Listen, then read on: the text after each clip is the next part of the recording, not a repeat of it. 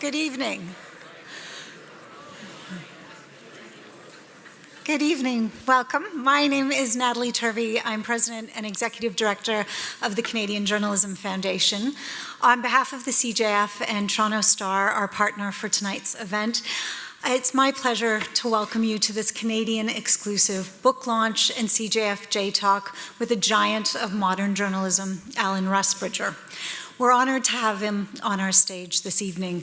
Under his leadership, The Guardian broke some of the biggest stories of the century, and tonight we'll hear the stories behind those stories, the challenges and tough decisions, along with how he ushered the newspaper into the digital age, and his thoughts on how quality journalism can survive in a post-truth era. If you'd like to join tonight's conversation on Twitter, you can do that using the hashtag CJFJTalk. I'd like to thank those who make our events possible, BMO Financial Group, our J-Talk series sponsor, and our thanks to Cision, our in-kind supporter. And our thanks to all of you for joining us. It's wonderful to see a packed house tonight, and it tells us how important we all regard the future of quality journalism and its vital contribution to an informed democracy. For almost 30 years, the CJF has been working for our founding principle and motto, as journalism goes, so goes democracy. We're proud to be moving the dial on news literacy, starting with school-age students in Canada, and by offering valuable internships and fellowships for next-generation journalists, and empowering and educating audiences through our annual World News Day. Part of our mandate is this public speakers series, where we highlight and explore the challenges facing the industry, and we highlight the power of journalism to change lives and communities and hold the world around us accountable and transparent. We're thrilled to be partnering with Toronto Star on the discussion tonight, a news organization that embodies the finest traditions of investigative journalism and maintains a fearless commitment to investing in stories, important stories that impact Canadians. It's my pleasure to welcome to the stage John Hondrick, the chair of Torstar, to introduce your moderator this evening.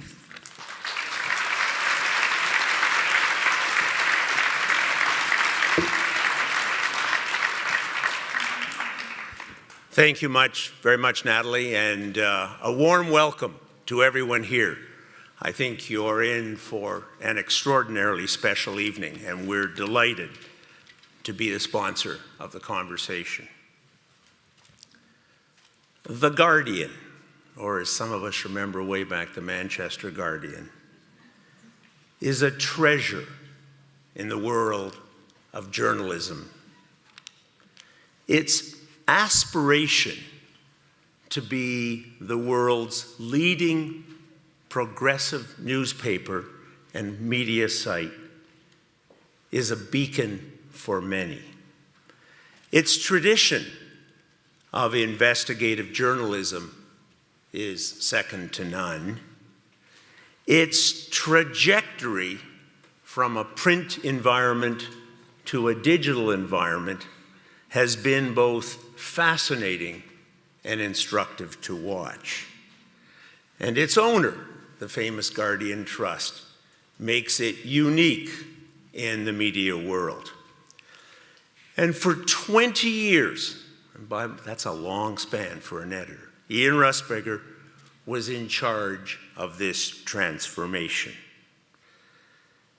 He was the one who shepherded the paper through some of the huge stories that Natalie just talked about. And all you have to do is mention the name, Edward Snowden, the WikiLeaks, and News of the World, going after Rupert Murdoch's newspapers for phone hacking. I have to say, for me, the work that The Guardian did in going after the News of the World for the phone hacking took a guts and a determination that you don't see very often. This is a journalist who is an inspiration to all of us, and that is why we wanted you to come and hear him tonight. And to interview and introduce him, we have Irene Gentle, the new editor of the Toronto Star, the first woman in the 126-year history of the paper to hold that title.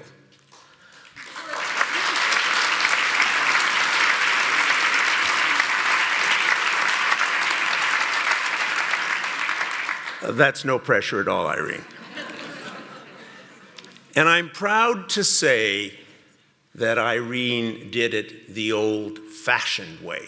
She worked from the bottom up. She started at a small community paper, the Milton Champion, where she did her first stories. I love the first story and she talks about, she had to write, was a man sitting in an outhouse, and along he was shot by the boyfriend of his granddaughter. Would still be a great story today. And this is what Irene said: I started in communities, and where you're in communities, you do a lot of everything, the best training. She then went to the Hamilton Spectator, where she served as both business editor and city editor.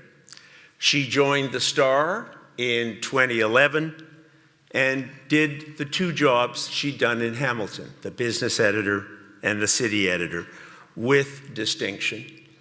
She was appointed the managing editor in 2016, and this year she was named editor.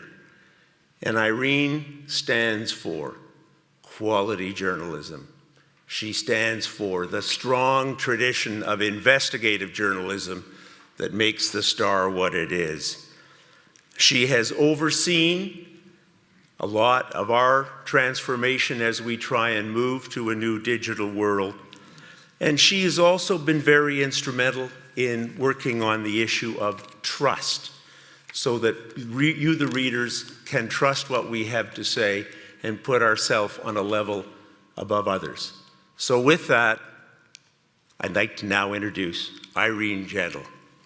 And you come up. Thank you.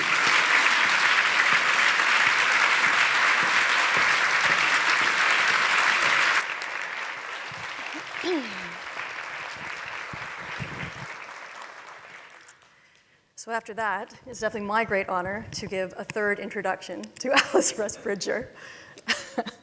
As you've heard a couple of times, he was editor-in-chief of The Guardian in London for 20 years, but they were no average 20 years.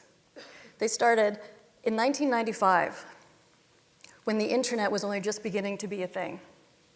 And I know that sounds crazy now, because in our lives today, as we sit here, there's basically a pre-internet and a post-internet world. In 1995, when he took over the editor of The Guardian, there was one internet connection in the Guardian newsroom. It was still possible for people to seriously ask, and it wouldn't have been funny at the time, is this internet thing going to last? Alan was not one of those people. Alan did exactly what a great journalist would do, and he went on a quest to find the answer. So he went on a tour, he went to the United States, he talked to a lot of the tech titans, and there's a word in his book, or a sentence in his book, that sort of sums up the results of that, which was, "We have seen the internet, and we were conquered." So from there, he took The Guardian from a UK newspaper institution into a leading digital media organization across the world. He became, as you've already heard, he did that while doing some of the best journalism, with still the most famous stories. You've heard WikiLeaks, the Snowden revelations, and the phone hacking, stories that are still talked about today and that still have reverberations today. So I'm going to read what he's doing since, and he won a Pulitzer Prize, by the way, under his leadership in 2014 for public service journalism. There's always that, too. I'm going to read what he's doing now just so I don't get it wrong. He's principal of Lady Margaret Hall in Oxford, where he also chairs the Reuters Institute for the Study of Journalism. And most importantly for us tonight, he has written this book, which is why we're all here. So please, please welcome Alan Rusbridger.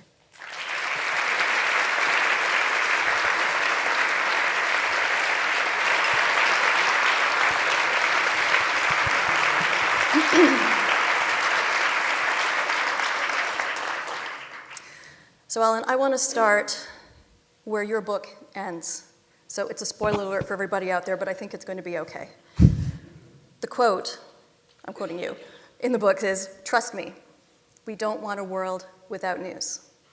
So again, I want to say that again. Trust me, we don't want a world without news. So in all of our conversations about the financial crisis in media, about the trust crisis in media, about information and disinformation, why do you say that? Well, I think the penny is finally dropping, and we probably have President Trump to thank a bit for this. We're not going to get through the evening without mentioning Donald So Trump. we got it over really quickly? But I think the penny has dropped, that you can't that nothing works. Society works, democracy doesn't work, the law doesn't work, science doesn't work, unless you have an agreed basis of facts. So if you don't know what's true and what's not true, then society can't work. And that's what journalists have traditionally been rather good at.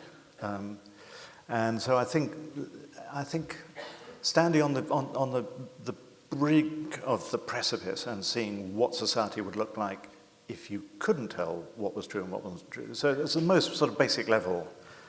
That's why you need news.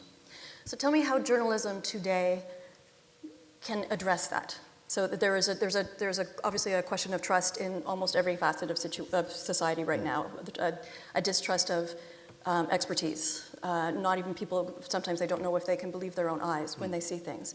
Journalism we had that trust automatically at a certain point, or at least we thought we did. It's not actually clear if we actually did.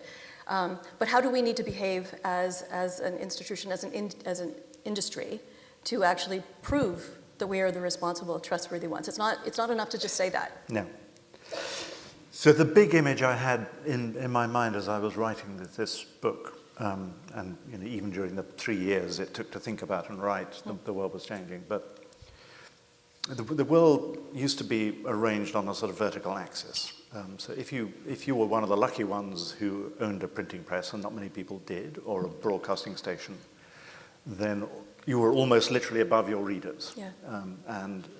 So there was a kind of sort of assumption of authority, and we would almost literally hand down our newspaper, and if you were lucky, people would hand up their money. And that was lovely. We're still lucky Yeah, if that no, part happens. There was nothing not to like about that world, and that's one of the problems. It was so nice that lots of journalists want to go back to that. But meanwhile, and this has happened in the last 12 years, less, 10 years, society was rearranging itself on a horizontal level. So 4 billion people now talk to each other like that. And that's a completely different kind of conversation. And they're looking up at the old horizontal world and saying, well, who gave you the right to be those gatekeepers? And so what you've got at the moment is a lot of journalists wandering around looking rather lost, saying this is unfair. We hate those people on that world. We don't actually hate them. We don't actually hate them. No, well, you know what I mean. Well, actually, I think almost, in some cases, they do hate them. Anyway, we'll come back to that. And they're saying, why can't we go back to that world? Because that was lovely. And to the point of your question, it's obviously not enough for journalists now to say, look, we're great, and you've got to trust us, because that's not how that world works. And so it would have been an easier book to write to say, we're great, and Facebook is horrible, and we can talk about that. But it doesn't get you very far. It does not. Because actually, there are things that actually are quite successful in that 4 billion world of horizontality that I think journalists could learn from if we want to. Like what? Well, the way people talk on that world is different. So I mean, people look at me in astonishment now when I say I love being on Twitter, and you're looking slightly in astonishment. I'm astonished. When I was editing, I didn't much like Twitter because people are very rude to you on Twitter. But now I'm a sort of civilian. People are quite nice on Twitter, and I find what they do is they talk to each other. They listen to other people. If they get something wrong, they correct it instantly. They don't say, trust me, they say, here's my evidence. I mean, more and more on Twitter, people are saying, look, here's a link, here's a screen grab, because I wouldn't expect you to trust me. And it's a much more of a place of exchange and as I say, linking to evidence. And quite a lot of journalists still haven't got the hang of that yet. They still think it's enough for me to say I work for The Guardian or the Toronto Star or the Global Mail and therefore take my word for it. And unfortunately, people are not willing to do that anymore. So you said that you really saw this happen around 12 years ago. You are obviously still began to happen, yeah. Editor of The Guardian 12 years ago, and up until 2 years ago. So in those 10 years, what, if anything, did you do to try to address that in your own news organization, and was it successful in your view? Well, I tried almost everything, and some of it worked and some of it didn't. Well, I was very... I didn't want to wall off. We can come to walls and what walls mean, but it seemed to me that trying to say, look, proper information is over here, and there's this sort of giant, seething, massive information over there, but we're going to behave as though this has got nothing to do with that or is not in any way linked. Didn't seem to be a reliable way of looking at the world. So I tried to, we called it open journalism. So, I shall not move. We tried, it's not a very good word, but it was a way of trying to say, we acknowledge that we are not the only experts, and the more that we can harness these people over here in order to make our stuff better, we will.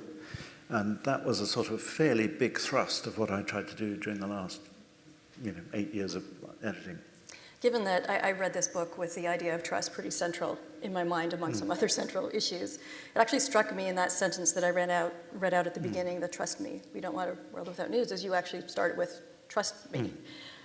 So well, first of all, I've written a whole book by that. Oh, well, that was what I was going to ask you, is because you believe the evidence is here.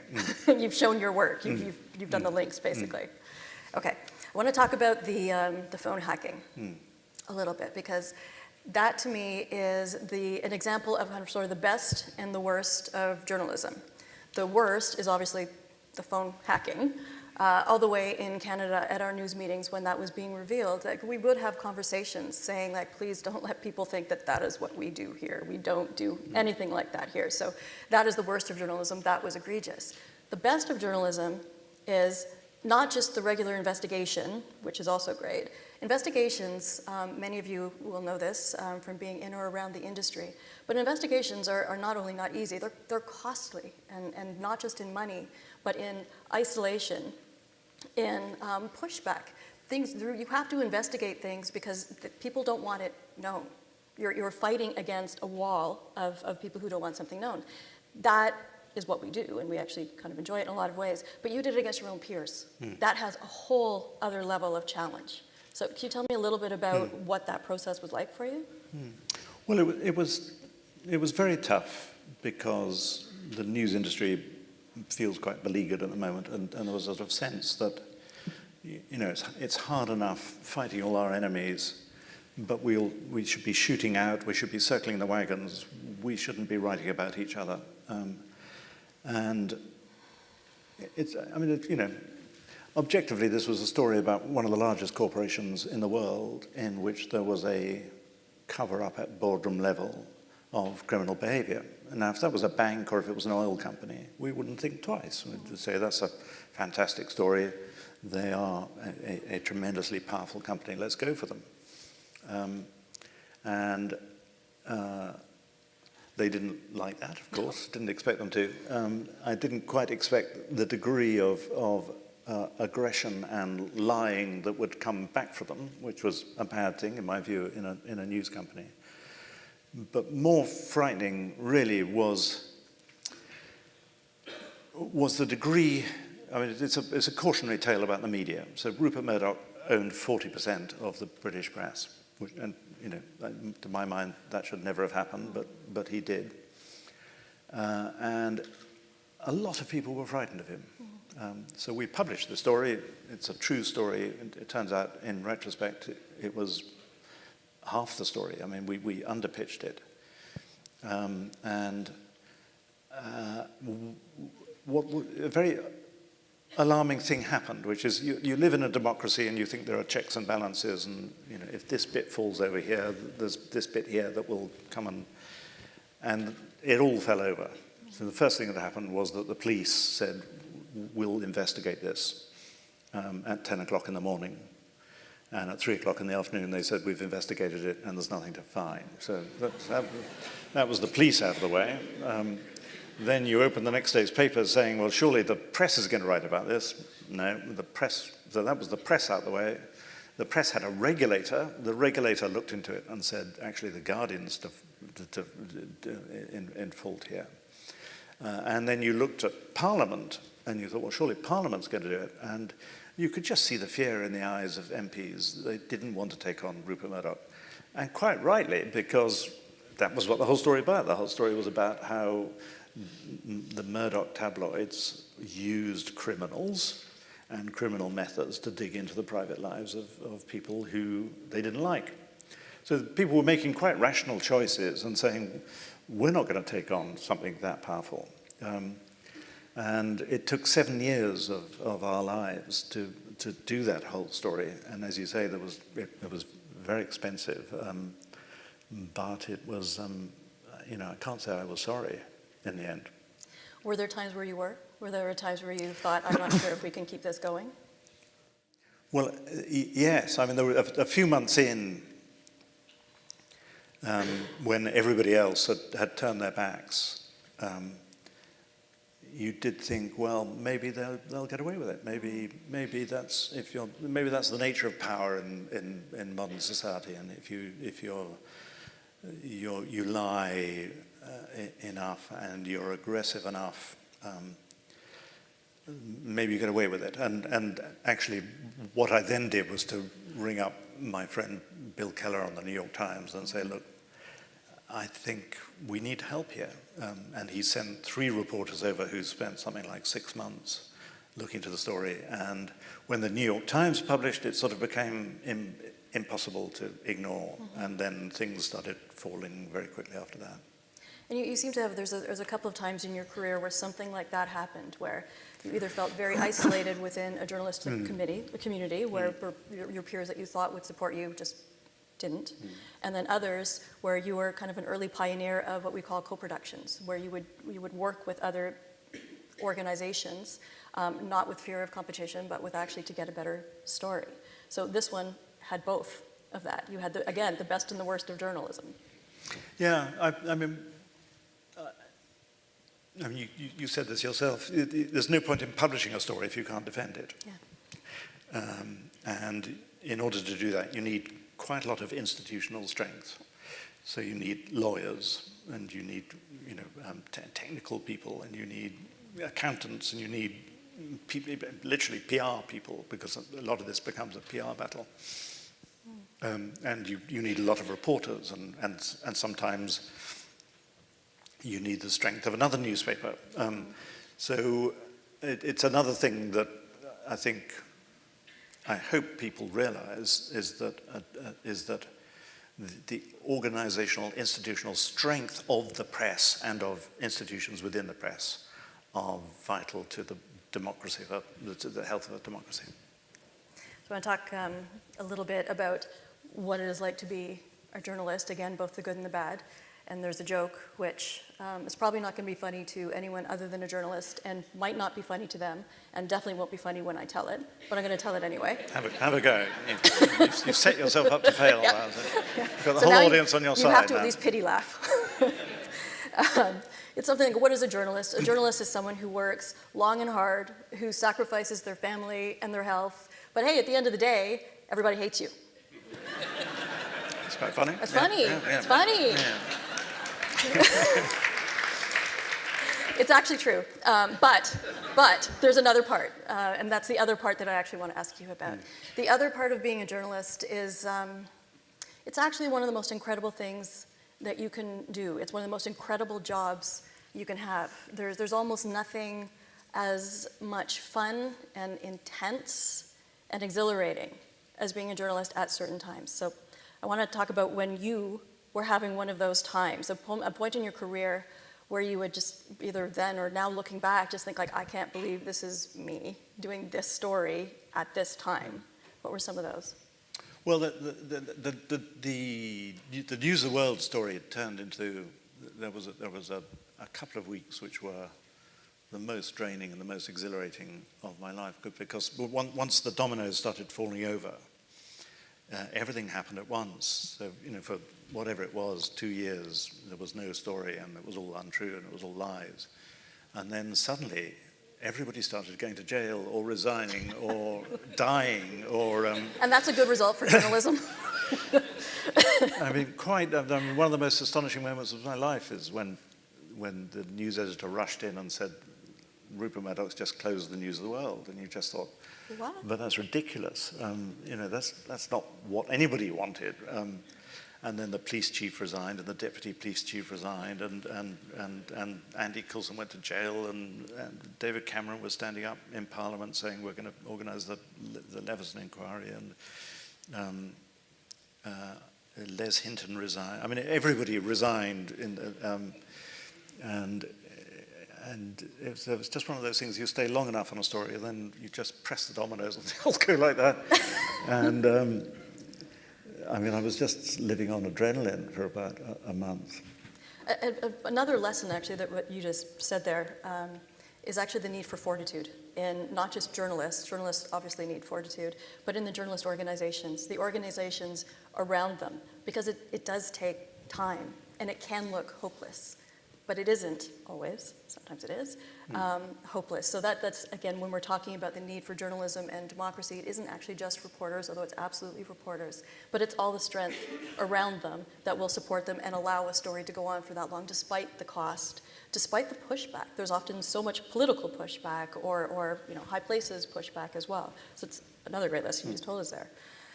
You had some other spectacular stories, WikiLeaks, and Edward Snowden. So tell us a little bit about those, but even more, because I'm sure a lot of people are fairly well versed in those, a lot of what journalists do is for impact. Like, they want to make a difference. So can you kind of let us know, like, where do you think that has led? What is the difference in the world today because of the stories that you did then? Yeah, that's a difficult question to... So let's take Snowden. Because in a way, yes, you do want impact as an editor, and you want to change things, but I'm quite wary of editors who make that their first purpose.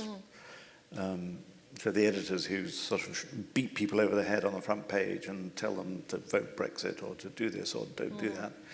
So with Snowden, all you could do was to say, well, look, here are these astonishing documents that no one in the world has ever seen before, and this is what we think they mean, and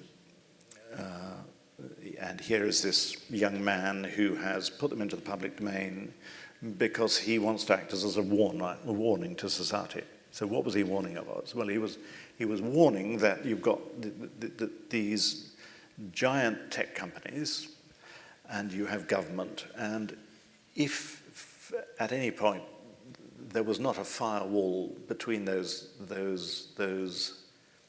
two entities, then you're into a situation in which you have total surveillance, and we ought to know enough about 20th century history to be worried about that. Or we just look at China. So in China, the equivalent of Google and Facebook, there's no bar between the government and that. So if the government wants to see what any citizen of China is up to, where they are, who they're sleeping with, what medical conditions they have, what they're thinking, what they're searching for, the government can do that. And Snowden was saying, do we want that kind of society? Because that's what's happening, and it's never been debated democratically. It's not even clear that the tech giants know this is happening. And we ought to at least pause and discuss that. So as an editor, you try and do that story as responsibly as you can, because it's a huge story. It's a huge issue for society. I mean, 3 years later, I did a talk with Snowden recently. I patched him into Oxford, and we had a conversation. And, you know, there's a way of saying that story failed. I mean, the British state has now gone through Parliament and is one of the most intrusive states imaginable. So you could say, well, that the impact of that story was not quite the impact that we imagined, but I still don't regret it, because it was right that people should have the chance of discussing it. In fact, as you mentioned, it wasn't clear if the tech giants even knew. They clearly know. They know I think now, we've ascertained yeah, that. Yeah. But that's still a central question. I guess the debate over privacy is still happening. It's going to be one of the great issues of the 21st century. And, you know, it's now playing out with Facebook and privacy and what they know. I mean, they know more about us than our mothers, much more about us than our mothers. And I suppose that, you know, we innocently thought these companies were to be trusted. But I mean, the difference between Facebook and the government is Facebook can't put you in jail. Yeah. Yeah. Let's talk about Julian Assange for a moment. Obviously, he was another large story or part of another large story you're working on. Very complicated figure. So I'm just kind of curious about your relationship throughout and the complexities that must have entailed. So he was like, I mean, people bracket him and Snowden together, but they're almost opposites. So if you think what Snowden did, it was rather remarkable. He went to journalists and said, look, here's this material. I'm not going to play any part in publication. It's entirely up to you what you do with it. You make your choices and choose what you think is important. Assange is really an information anarchist. He doesn't really believe in gatekeepers. So he's the ultimate person who thinks that world is over and it's all like this. And he really just wanted to publish it all, and in the end, he did. And so there was a tension in that relationship, because we thought, actually, we have a duty to try and redact and make this safe and observe the laws of libel and all that, whereas he really just wanted to throw it all out there. And he's a difficult man, as the Ecuadorians are discovering. But who could have foretold that? Who could have seen that? And he basically falls out with everybody he ever works with. But I've always said we would, you know, I mean, if he ever does end up in a court, we would, you know, defend the work that we did together. What is it like seeing him back in the news now? How does that feel with not being as central to it as you were then? About Assange? Well, I'm quite relieved not to. Yeah, my last dealings with him, he asked to meet me. This was after we'd fallen out badly. Like months after you'd fallen out, or years Months after? after we'd fallen out. Okay. And I was summoned to an anonymous office block. This was obviously before he went into hiding. And it was in the middle of the city, and he was sitting behind a desk, and there was somebody filming me in the corner of the room. And so I sort of sat down and I said, you know, do you want to tell me why we're being filmed? And it was too late, because once you're being filmed, then you look stupid if you walk out. And it was just one of several bizarre episodes with him in which, so what was the question? Am I glad? I think you're relieved. Yes, yeah, I'm quite relieved, yeah. Very happy not to be part of that. Okay, the next question I want to talk about is public interest, and in particularly public interest in the media. So I'm sure journalists get into journalism for many reasons, but trying to do things from the public interest is a really big part of it. It's a really big part of it for organizations like the Toronto Star, which kind of has a mission to do some public good. You tell me a little bit about your idea of particularly a public interest, but the media's role in public interest. How do those two intersect? Well, to go back where this conversation started, if you believe that the media have an essential role in uncovering things and in holding power to account and in saying, well, that's true and that's not true, and that you need a force in society that is independent of all other forces. I believe that. Then I think that at its best, journalism is a form of public service, like a police service or an ambulance service, because, as I said right at the beginning, if you live in a society in which you can't tell what's true and what's not true, and there's no agreed factual basis, then societies can't operate. And I sort of think, I'm sure we're going to get onto the finances later, but it is possible that the old way of financing news is not going to work in future. And then we have to have the conversation with the public and say, well, if you think this is a public service and you need these people in society, how's that going to work? How's that going to be paid for? But I think we have to establish first that there is such a thing as the public interest that we serve. And throughout the book,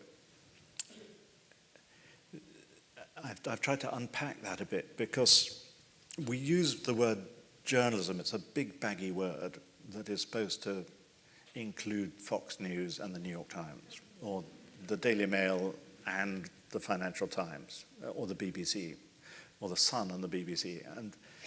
And I often think we rely on the public understanding that when we call it all journalism, that there are 100 different types of journalism under that umbrella word journalism. And there were times when my colleagues were writing a lot about shagging footballers in the public interest. And I thought, you know what, I can't get worked up about shagging footballers. I sort of think there's, what they do on the field is important, but no one thinks that footballers are saints. They've never pretended to be. So I can't really join you in claiming that to be in the public interest. When it came to us doing Snowden, they reciprocated, and some of the tabloids said, why didn't you put him in jail? Because we don't think that's in the public interest. So there was no one agreed public interest that we could rally people behind.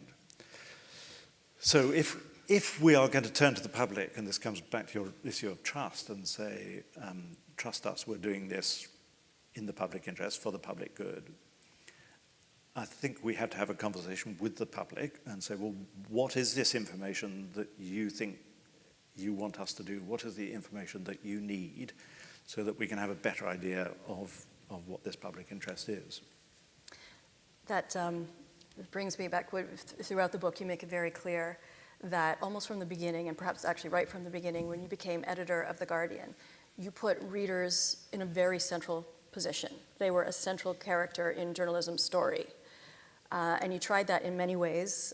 One of my favorites is, I'm going to say it badly, I'm sure, but it's a description of sort of chat rooms. That's probably not the right phrasing to put it, but basically there's a topic, and you would have threads hoping that the readers would have a very nice, articulate conversation about, just say, I don't know, bees. And then all of a sudden it would go from bees to Ecuador. And there's nothing you could do about it. And the moderators would eventually give up in horror. It's like, oh, we can't do anything with these people.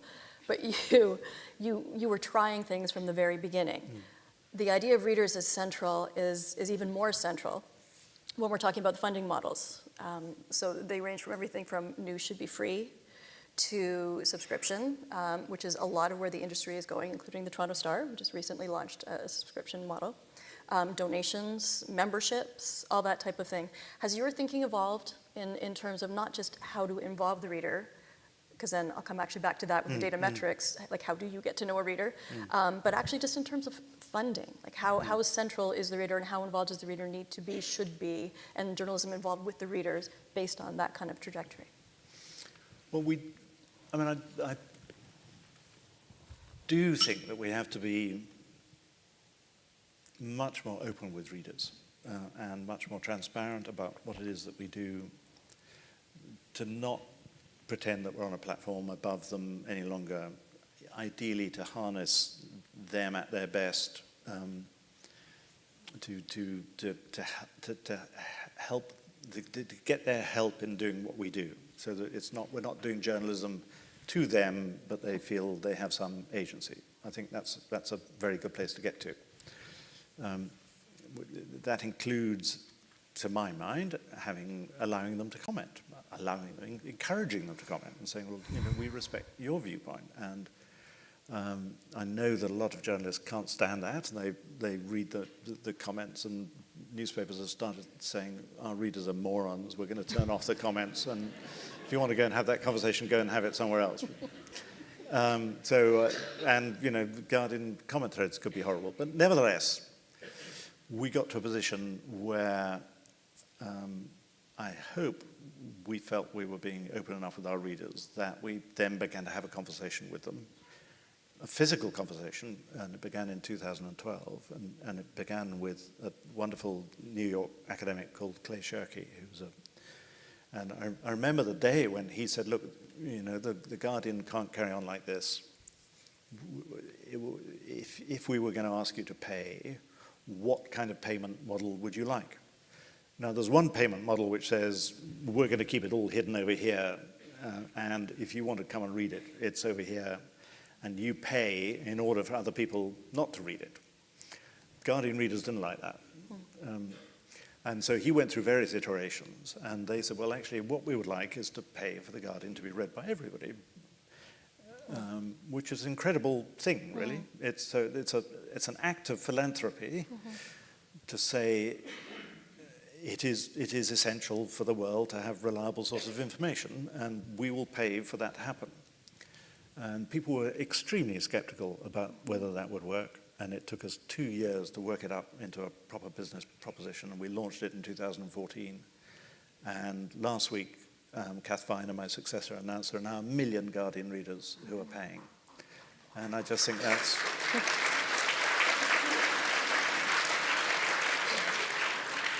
I think that's incredible. And actually quite sort of moving, because it is readers saying, we respect the journalism enough, and we want it to be available to everybody, because we realize how frightening the world is. And so that, to me, that was the model we built, but I don't think everybody should follow that model, and it probably wouldn't work for some newspapers, but that's what we did. It's all of us are sort of struggling with, obviously, all of us are struggling with the financial of news organizations, period, and with the trust issues, as we've already talked about. So one of the things we're all, or many of us at least, are trying to get better at is actually telling our own story. We've been very good at telling everybody else's story for quite some time, but our own story, including what did it take in order to put that investigation together? What did it cost? Sometimes in actual money, but also in a bunch of other things to show, like, this is what you're supporting. This is why it is important. We often, if we have to shorthand it, and frequently you have to shorthand it, it goes down to just sort of a couple of phrases. So, some phrases are journalism matters. Other phrases are truth matters. So in your book, you question the definitions in a way of both of those things. Journalism, because as you've said, there's so many types and stripes of journalism, some good, some bad. And truth, mostly as it pertains to how journalism can actually impact truth, given that journalism is, these are my words, not you, but the idea being, it's basically recording and interpreting history on the fly. How can that be a truth-telling organization? So can you talk a little bit about the kind of the intersection of those two things, and specifically, in your mind, the difference between truth and facts? Well, I never like talking about the truth, because I think, you see, I think readers are really smart about journalism, and we shouldn't overpitch it. We shouldn't claim that we're getting the truth and nothing but the truth, because people won't believe it. Can I read something out from this? There's when I was living in the States in the late 80s, I came across this wonderful phrase by a man called David Broder, who was a Washington Post columnist. And he came up with a description of journalism, which I think is incredibly accurate. Instead of promising all the news that's fit to print, I would like us to say over and over until the point has been made that the newspaper that drops on your doorstep is a partial, hasty, incomplete, inevitably somewhat flawed and inaccurate rendering of some of the things we've heard about in the past 24 hours. Distorted, despite our best efforts to eliminate gross bias, by the very process of compression that makes it possible for you to lift it from the doorstep and read it in about an hour. If we labelled the paper accurately, then we would immediately add, but it's the best we could do under the circumstances. And we will be back tomorrow with a corrected, updated version.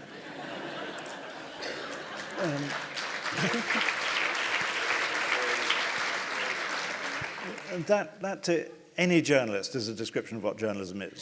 So why are we not honest about it? Not say we're going to give you the truth. Journalism's really hard, and people put lots of obstacles in our way, and we have to do it really quickly. They do that. So why don't we say, look, this is the best we can do. We're not claiming it's the truth. And I think if we were more humble about what we were doing, people would respect us more and say, well, we get that, but thank God you're doing it. So that was the, and that's why I think, to go back to our thing about trust, it's not enough to say, trust us, we're journalists. We have to say, well, why should you trust us? And one of the reasons I hoped people would trust us on The Guardian, and I know you'll understand this, is because I appointed a reader's editor. I thought, well, if we get things wrong, of course we should correct them. And it's wrong that I, as the person responsible for the error, should be the last person who should be correcting it. So here's this person over there who is completely independent of me. And if people want to complain, they can complain to her, and she will have a protected space. People thought that was bad because they thought, well, why do you want to fill the paper with corrections? Then people won't trust you. And I thought, no, the opposite is true. We're fallible if we correct things, and you can see we're being open about the nature of what we do.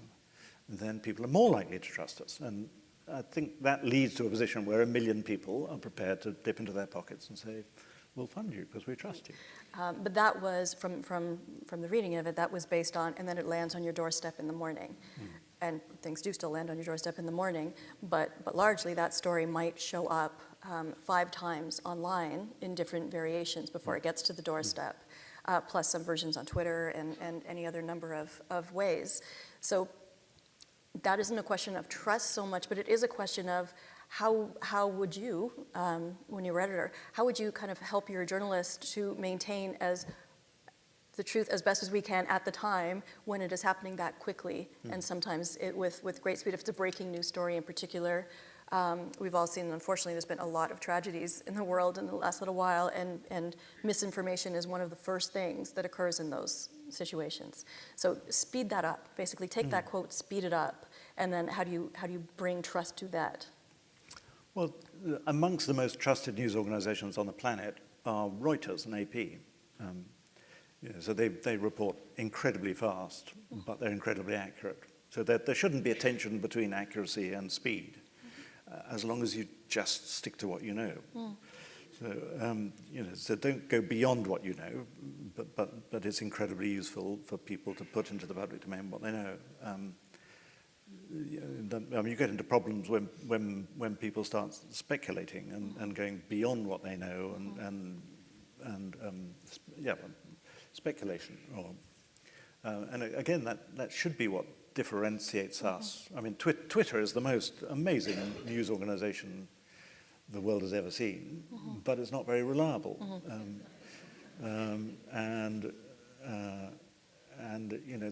It's wonderful seeing a really good newsroom in the middle of a breaking story, just sticking to exactly what it knows and taking all this rumor and just being very, very disciplined about what can be proved and verified.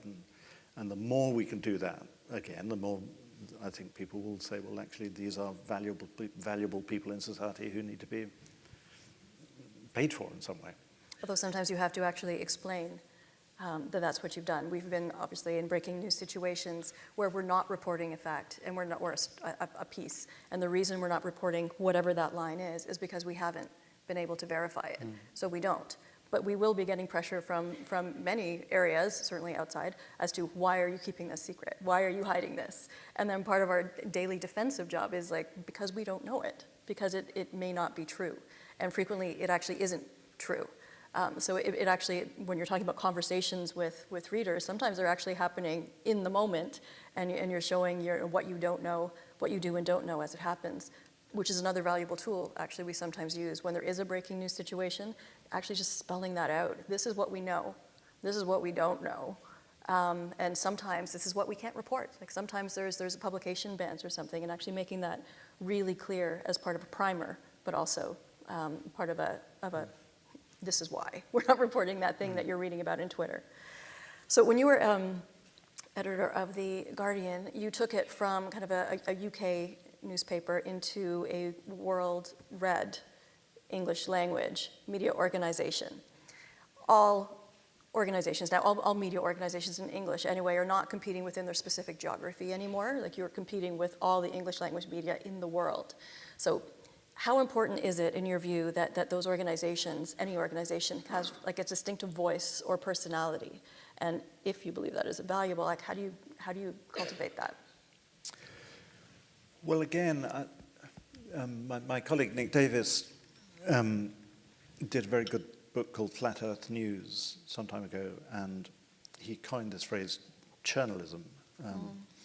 And that was a word that described news organizations that are essentially, a reporter comes on shift and 8 hours later they've been required to write 10 stories. And you just do the maths. Each one of those stories, by the time they've read the press release, understood it and written it, they're not making any telephone calls, and they're not adding anything to it at all. And that has become known as commodity journalism.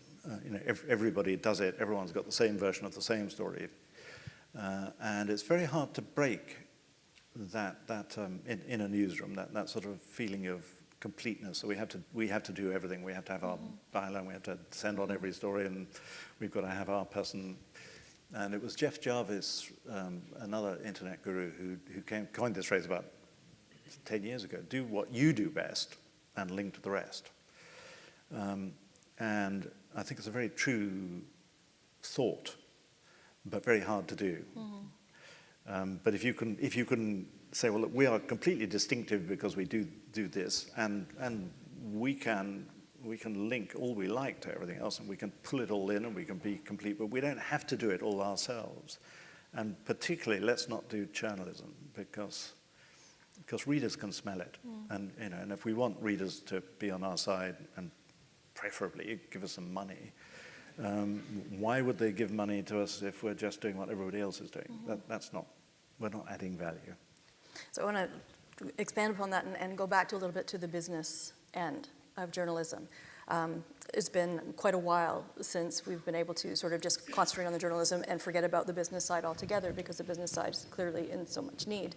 Your book, for anyone in the industry, actually for anyone reading it, it's probably going to be exhausting, sort of listening to all the things that tried and failed and tried again. And for someone in the industry, it was this peak of hope, and then there's despair, and then there's hope again, and then there's despair again, all the way through. This is your life as well? Well, this is my life, yeah.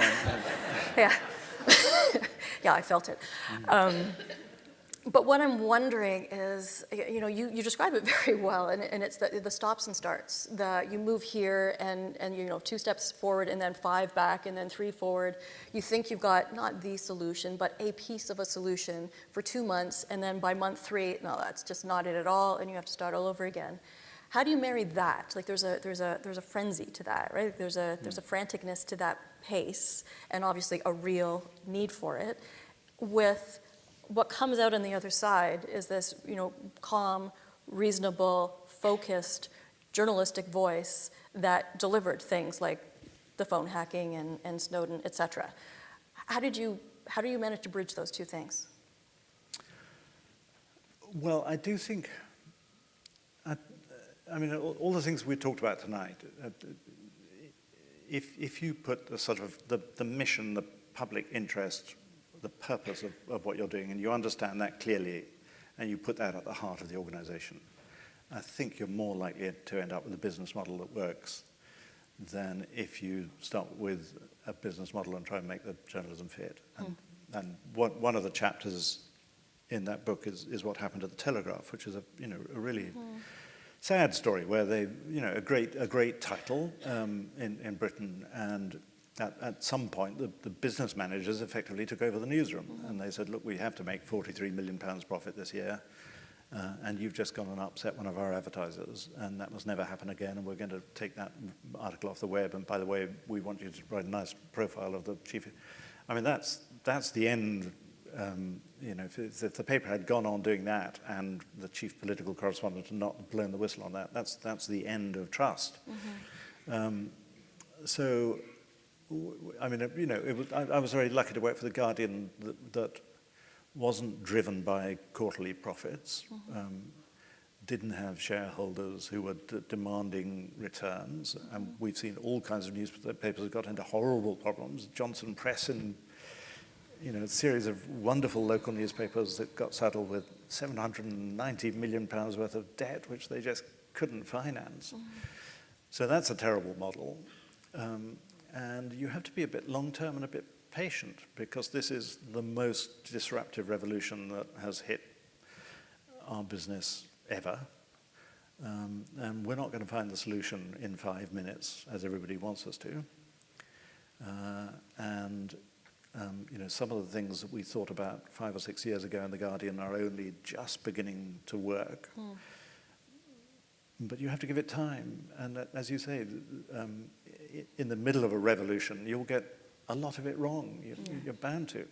And if you're not trying, then if you're not trying to innovate and understand this new world, then you're almost guaranteed to fail. So I know there's a lot of young journalists either in this room or following on Twitter, and they look at you and they look at your career and wonder if they will be able to have a career in journalism, or certainly have even a kind of a tenth of what you've been able to achieve. What would you tell them about the world they're entering into? Well, one is, I hope this talk tonight would satisfy them that it's really necessary to have really passionate, committed journalists so society needs journalists, I think. So it's going to be different.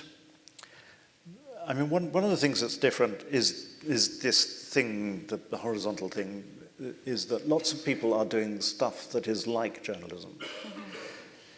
So the opportunities to do what you did and what I did, which is to start on a local paper and build your way up, are less. With fewer and fewer local papers. So there's already a barrier there in some ways. But, everything is now a media organization. Every university, every college, every charity, every school, every NGO, every political party, they're all publishing media. And it's not exactly journalism, but it's a very good place to go and hone your skills. So that's one answer. And the second answer, I called this book the Remaking of Journalism. I do think that there's a great opportunity for young people who were born digital. I mean, digital's now a meaningless term. I tried teaching a digital class to university students at Oxford recently. They had no idea what I was talking about. Because everything is digital. I had to sort of go back and explain the sort of Stone Age before. So if you were born digital, you will understand things that other people don't. I'm not going to use ageist terminology. You'll have a freedom to maneuver that bluntly legacy news organizations, legacy news organizations have different strengths, but sometimes there are ways of remaking journalism that are available to anybody to go and do. Why did you write this book? What did you want to come out of it? Well, partly I wanted to do that thing of just describe the institutional necessity of journalists. I thought, before people forget, we should write, partly I thought it's just interesting describing what it's like to live through a revolution. I was slightly surprised that nobody had done that book from the inside before. And partly it was sort of work out, it was sort of therapy, I suppose. I was trying to work out what I thought about it all. And I didn't want to take the easy road. As I say, I didn't want to just write the book that said Facebook is awful and news is wonderful, because I think it's a much more complicated picture. It's sort of, I think if as a journalist that's the only story you can tell, you're not being honest with yourself. So I don't know. I mean, I've done this for so long. It was more an attempt to sort of empty my brain and get it all down on paper before I forgot. And he didn't keep a journal along the way. I asked that. I was like, there's no way I would remember all the details in this book. But how did you do it again? Kept all my emails. He kept all his emails and bribed the IT and attachments. So be careful. So I'm going to just ask one more question because I want to make sure that the audience and anyone on Twitter can have enough time with you as well. And I'm going to kind of take us back to where we started this conversation, which is kind of near the end of your book. So if you remember, that was Trust Me, You Don't Want a World Without News. And I described how the book itself, you said you were trying to work out how you felt about it. I'm not sure by the end you've totally worked out how you felt about it. There's not a lot of answers. There's lots and lots of questions. That's the point of time that we're in. But there's another quote that I want to read out as well. And it's, if the world wakes up in time, then we may be all right. So again, I just want to say it again. If the world wakes up in time, then we may be all right. So I want to know how you feel today. Do you believe that the world is waking up? And do you believe we know how to meet it if it is? I think as I said before, if you're standing on it, I think people have looked over the precipice, and so I think the world has realized what a catastrophe it is at the most basic, not to know what's true and not to be able to agree on the truth. I think journalists are going to have to be better than they are.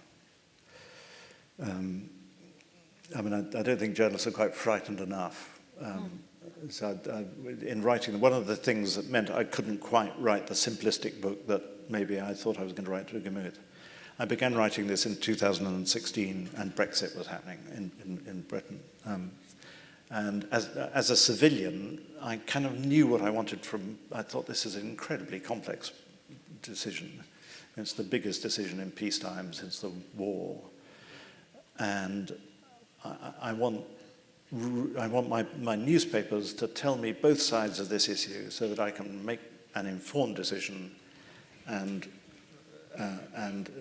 make the right decision and lead to a better choice. That's the classic defense of journalism, that we arm people with the facts and they can make informed choices about who they want to govern us. And that's not what the British press did. Most of the British press just said this is a really simple choice. We've got to get out. And they cajoled, bullied, shouted, screamed from every front page. And now people are waking up and thinking, well, hold on, it's obvious this was a really complicated question. Why did you pretend it was simple? And why did you not give us the facts? And there are too many examples like that. Climate change is another, where actually, if we are writing in the public interest, then we're not succeeding. We're not doing what society wants of us. So part of it is yes, we do need journalism, but journalism is going to have to distinguish itself from the internet by being better. And I think that's a sort of fairly important takeaway from the book as well. Thank you. So I'm going to take over questions for you now.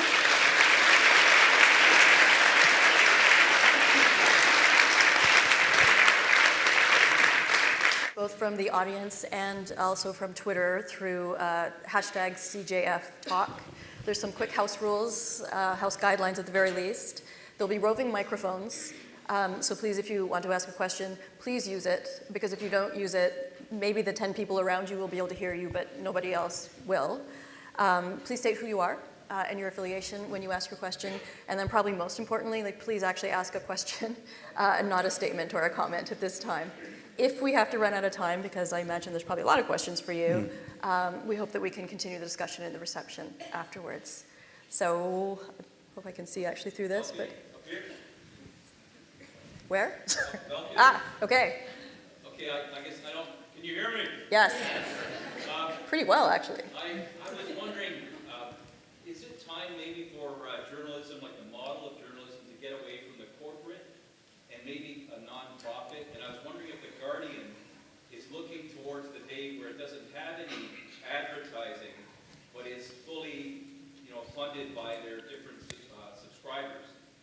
Because, I mean, you look back at the last 20 years, the abject failure of journalism to report on things like the Iraq War, the crimes that were committed, and just nobody gives a damn. Like, can you comment on that? Like, maybe for a time for corporate, like Toronto Star and all these people in the back of this. Wow. Okay. I think the corporate model can be a very good one. So I've got nothing against the corporate model, and there are wonderful corporate owners, some in the room tonight, and some not so good. It seems to me a distinct possibility that this accident of history, which glued together advertising and news because they coexisted in the same physical printed product, may not work in future. Let's hope it does, because it's been very successful for journalism. But it may get to the point where the Facebooks and Googles and eBays and Amazons of this world are going to take even more than they do at the moment. And so therefore you have to have a plan B. And I've described a bit of the reader philanthropy that has supported The Guardian. But we also took money off Bill Gates to do reporting in Africa that couldn't be supported by advertising. We did a huge project on cities, which was supported. We did a whole project on modern slavery. So, and there are examples now.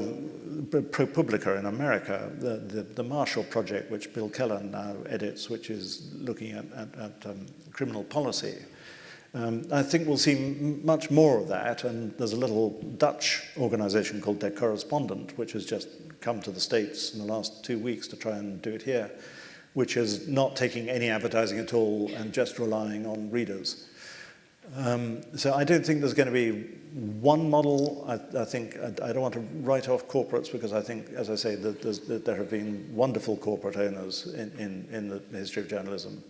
But I think it's as well to start thinking about the kind of thing that you're talking about. Okay, there's a question there. Thank you so much for coming. I'm Susan Ormiston. I'm a working journalist here in Canada. I'm going to commit the sin of a journalist asking a double-barreled question, but I think you can handle it. How do journalists combat the contagion of the label fake news?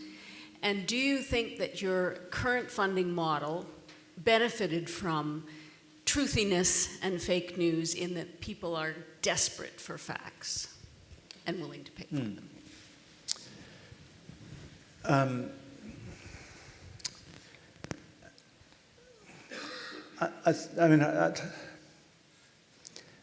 Journalists can't be expected to hunt down every bit of falsity in the world. That horizontal machine operates at a scale of creating falsehood on a scale that the planet has never seen, and that's going to get worse. So you applaud people who are trying to do sort of fact-checking exercises, but if that's all journalists did, was to try and catch up with other people's falsity, it would be an impossible task. And I think at some point we have to sort of start having a conversation. Natalie, you mentioned media literacy. I think media literacy incredibly important, and everybody in this room has a responsibility to be literate about media, and not to retweet stuff you don't know to be true, to make distinctions between good sources and bad sources. We're all going to have to be smarter at that. But I think the thing that you said at the end, I think this realization that people are having, I hope will lead them to gravitate to people they can trust. Now, we've talked about how news organizations can persuade people that we are to be trusted. I think we have to think much harder about that, including showing our working. And I think I'm quite optimistic that people will over time gravitate towards trusted sources. At the moment, I think it could go either way, to be honest. There's an awful lot of surveys of trust. Edelman does this barometer of trust, trust barometer, which is quite depressing at the moment. So about 50% of people are disengaged from news because they just really don't know who to trust. 63%, 66%, about 2/3 of people say they can no longer tell what's a good source and what's not a good source. And that seems to me really frightening. But I like to be optimistic. I hope. Way back there, we can find a microphone. Hi. Okay. So we often talk about journalism as being global, but the truth is that it's not entirely global, because you have one internet in China and then you have the rest of the internet for the rest of the world. And now with the introduction of GDPR in Europe, it seems like we may even have a third internet. So my question is, do you imagine that this balkanization of the internet will continue? And if so, what will be its impact on journalism? Yes, I've read Tim Berners-Lee, who knows what he's talking about, and I've talked to him a bit about this, and the honest answer is I don't know. I don't know if I knew more about computer science, if I understood better how the internet works, I would try and give you a better answer. I don't know enough about how the internet is run or about the forces that are dividing it up. I feel very much on Tim Berners-Lee's side in feeling that we have reason to be disappointed in some of the ways that the internet has developed, and in the people who are trying to turn it into a much more commercial thing than it was intended to be. And we come back to all the concerns about privacy that we've talked already. It's a terrific question, and in the spirit of being humble, I won't try and bullshit you about it.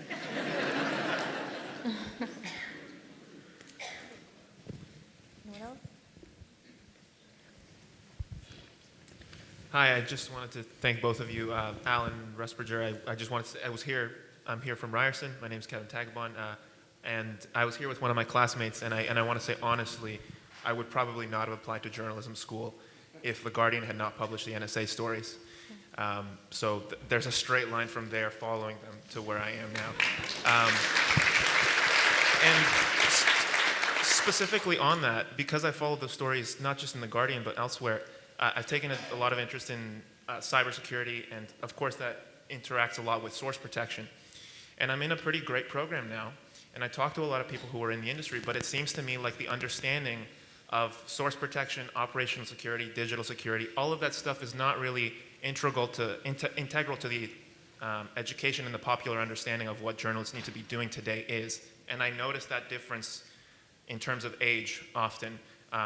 So I wondered if you have any advice in terms of education on that, and the types of stuff that you might be doing at your school to educate journalists about digital security and source protection, considering the power of the state and the corporations that we want to investigate. Well, I think it's better as a result of Snowden. One of the NSA chiefs was quoted saying that Edward Snowden had advanced encryption by 5 years or something. And I saw Edward Snowden tweet and say he was really proud of that. Because people don't I mean, when you hear politicians talking about encryption, you think, have they got any idea what encryption is? You know, when politicians say we can't have encryption and we must weaken encryption and we must have backdoors into things that weaken, you think, have they got any idea what encryption is or how it works or how vulnerable we would all be if there wasn't encryption? But I think you're right that a lot of journalists have been very slow to understand how vulnerable all our communications are, and how incredibly difficult it is to be a source today, to be a source and to be a whistleblower, and not to be outed as such by whoever wants to discover who a source is. It's one of the strange things about the Snowden story is that we seem to have created in our minds different zones for offline and online. So offline, would anybody be happy if a policeman came to your house tonight and said, we want to take away all your papers and store them down at the police station? We won't necessarily look at them, but we would like to keep them in case we did have to look at them. Is anybody up for that? Now you see, I've never been in an audience where a single hand goes up, because we all think actually our relationship with the state is different. And yet that's what we've just agreed to in the British Parliament. We all say, yeah, that's fine, take everything, you know, and store it however you want, and look at it whatever you want. The relationship between a source and a journalist used to be sacrosanct, between a priest and a communicant, between a legislator and a constituent, between a lawyer and a client, between a patient and a doctor. All that's gone. So journalists are not the only ones who have to think hard about how to have those private conversations that are no longer private, that we seem to have just, you know, waved all that away without ever having a discussion about it. And information security and operational security is really important.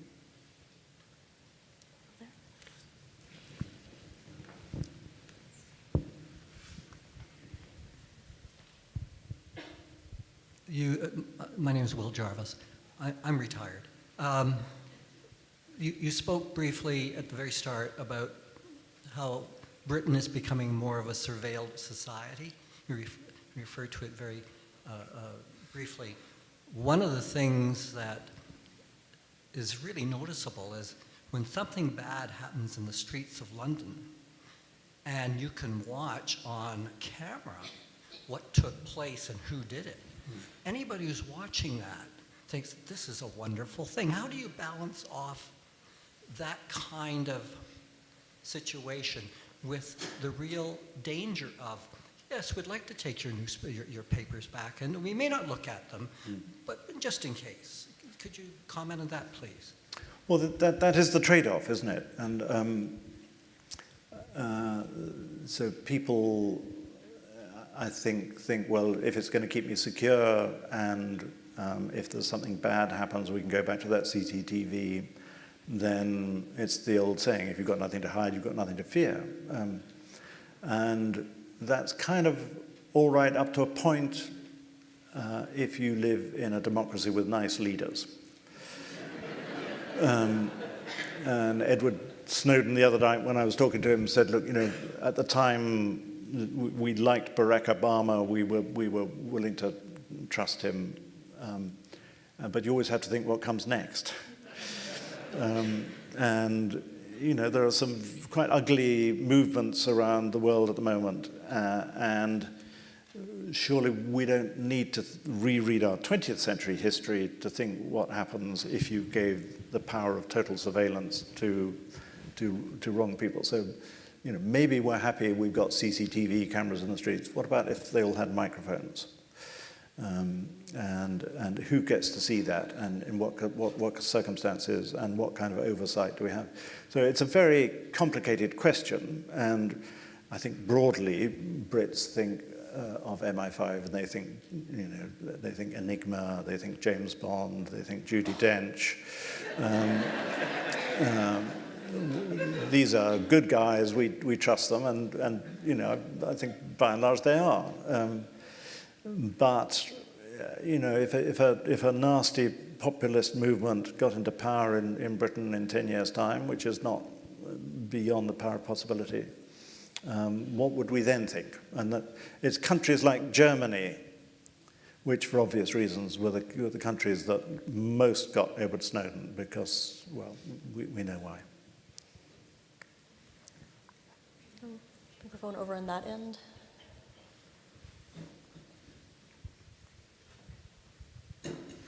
Good evening.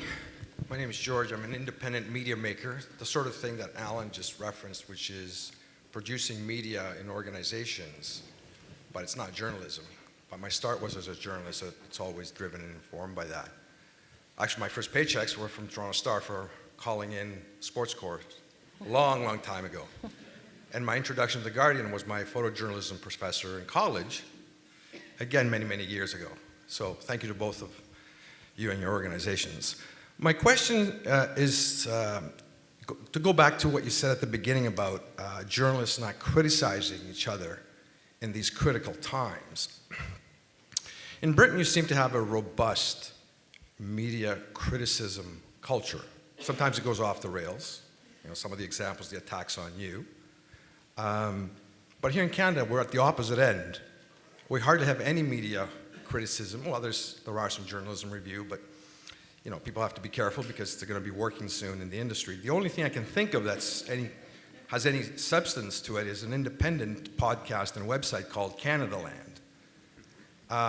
But we're a long way away from where you are in Britain. So I wonder, given the trying times that journalism is under, Alan, what do you think is a happy medium, a happy balance in terms of having robust media critiques and criticism, but not resorting to ad hominem attacks and cheap shots?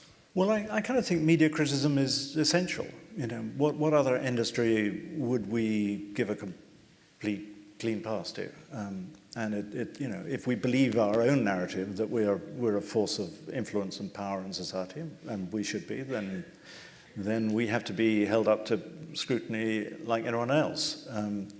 And so I think it's important. You know, there's some of this in the book. You know, the chapter on phone hacking, the chapter on the Telegraph, and I got beaten over the head by the editor of the Daily Mail saying this showed I hated the press. You know, but somebody has to do it. And in Britain we have Private Eye, which is often right.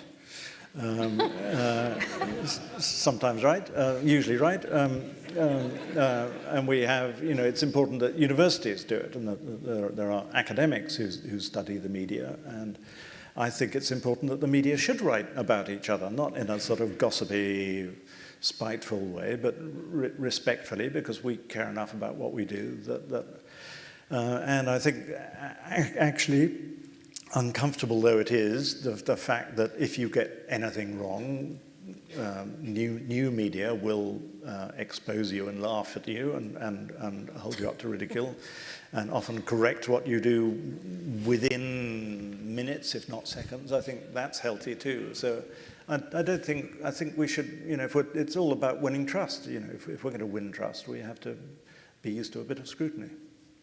There's time for one more question only. You seem to have a mic. I've got a microphone here. My name is Rick Spence. I'm a freelancer. My first check came from the Toronto Star 40 years ago for a travel story. I pitched them on a travel story a couple of years ago, so 30-something years later, and the rate had gone down. It was $25. This will be true. Yeah.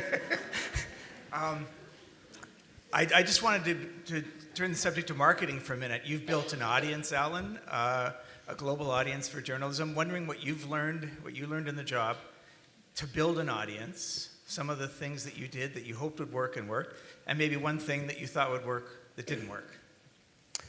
Well, in a sense, I mean, the reason we moved into America, after 9/11, we discovered that a third of our readers were in America, and a third of the readers were in the rest of the world. And we spent almost nothing on marketing, but we did our techniques of being open were our best marketing tools. So, you know, we embraced the new media, and that got our journalism out. And I think it's now 160 million people, 160 million browsers a month now access The Guardian. So, to be honest, we didn't have to do much marketing, but there were things that we did, for instance, on science and the environment, which I was very keen that we covered properly. We went out to people who were blogging about this, proper scientists who were blogging and proper environmentalists, and we created networks of science and environmentalists. And instantly, we had 12 science correspondents for The Guardian for the price of 2, because we didn't pay them any more than you got paid. But they were very pleased to write for The Guardian because they got a vast audience. We were very pleased to have their content. And we became the #1 environmental site in the world very quickly because we had so much fantastic content. And that was a way of saying, look, there are people out there who know more than we do. They're very expert voices. They can be trusted.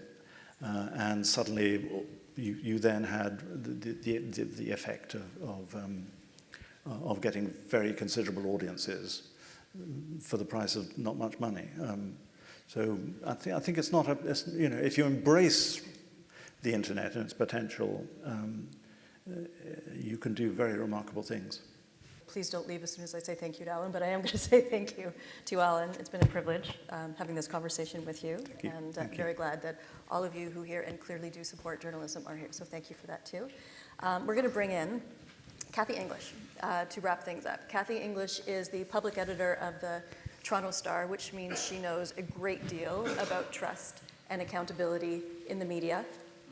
She is also a board member and program committee chair of CJF. Thank you, Irene.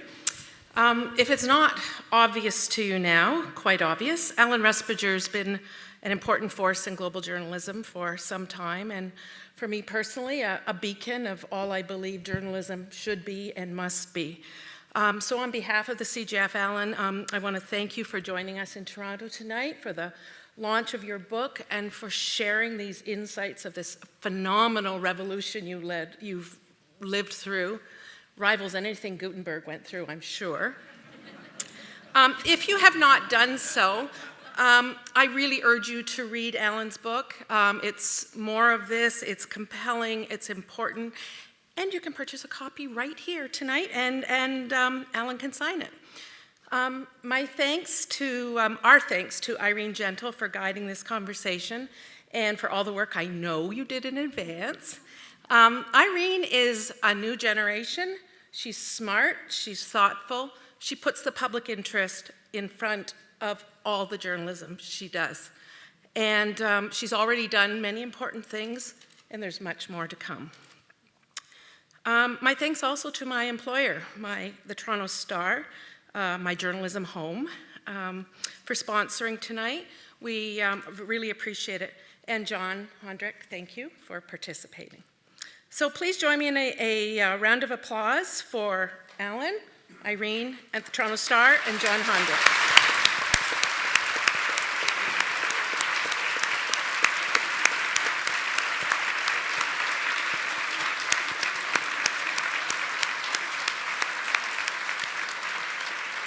Almost done. I also want to thank you, the audience. These conversations about the role of media, how we do our jobs, who pays for journalism today are incredibly important in today's environment. So our thanks to all of you for supporting journalism and supporting the CJF. We're gearing up for our fall season. Do we have our winter season, rather, sorry. Planning for our new year of talks is underway. So on January 31st, we're welcoming Aaron Pilhofer. He's the James B. Steele Chair in Journalism Innovation at Temple University in Philadelphia, and Inga Thordar, who's executive editor of CNN Digital. We'll put more details out about this very, very soon, but put it on your calendars. We'd love to see you again. So please join us in the lobby for our reception, where Alan will be available to sign copies of his very, very excellent book. Thank you.